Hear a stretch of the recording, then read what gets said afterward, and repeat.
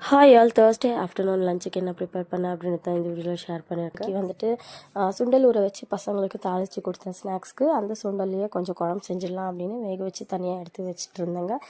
ஒரு குக்கரில் நமக்கு தேவையான அளவு எண்ணெய் சேர்த்துட்டு கடுகு சோம்பு கருவேப்பிலை போட்டு தாளிச்சிட்டு ஒரே ஒரு வெங்காயம் நீட்டாக கட் பண்ணது போட்டு நல்லா கோல்டன் ப்ரௌன் ஆகிற வரைக்கும் நல்லா தாளிச்சிட்டு என்னென்ன வெஜிடபிள்ஸ் நம்மளுக்கு ஃபேவரேட்டோ அதை இதில் சேர்த்துக்கலாம். நான் வந்து கத்திரிக்காய் உருளைக்கிழங்கு தான் சேர்த்துருக்கேன். கொஞ்சமாக உப்பு சேர்த்துட்டு ஸ்பைசஸ் எல்லாமே சேர்த்துட்டு நம்ம வெங்காயம் தக்காளி தேங்காய் சோம்பு இஞ்சி கொத்தமல்லி எல்லாமே வதக்கி அரைச்சி வச்சுருக்கோம். அதையும் இதில் சேர்த்துட்டு தேவையான அளவு தண்ணி சேர்த்துட்டு கொஞ்சமாக உப்பு செக் பண்ணிவிட்டு இதை மூடி போட்டு வச்சிட்டோம்னா ஒரு பக்கம் ப்ரெஷர் குக் ஆகிட்டா 2 விசில்ஸ் வந்தால் போதும். குழம்பு சூப்பராக குயிக்காக ரெடி ஆகிடும். இன்னொரு பக்கம் டிஷ்ஷாக கீரை பொரியல் தாங்க செஞ்சுருந்தேன். சரி சிறுகீரை கிடச்சிது.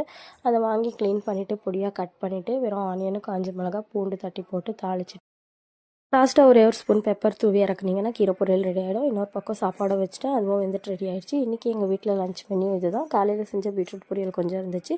எல்லாமே வச்சு இன்றைக்கி லஞ்ச் சாப்பிட்டு முடிச்சாச்சு. இந்த வீடியோ பிடிச்சிருந்தா ஒரு லைக் பண்ணிவிட்டு எங்கள் ஐடியா ஃபாலோ பண்ணிக்கோங்க. தேங்க்ஸ் ஃபார் வாட்சிங்.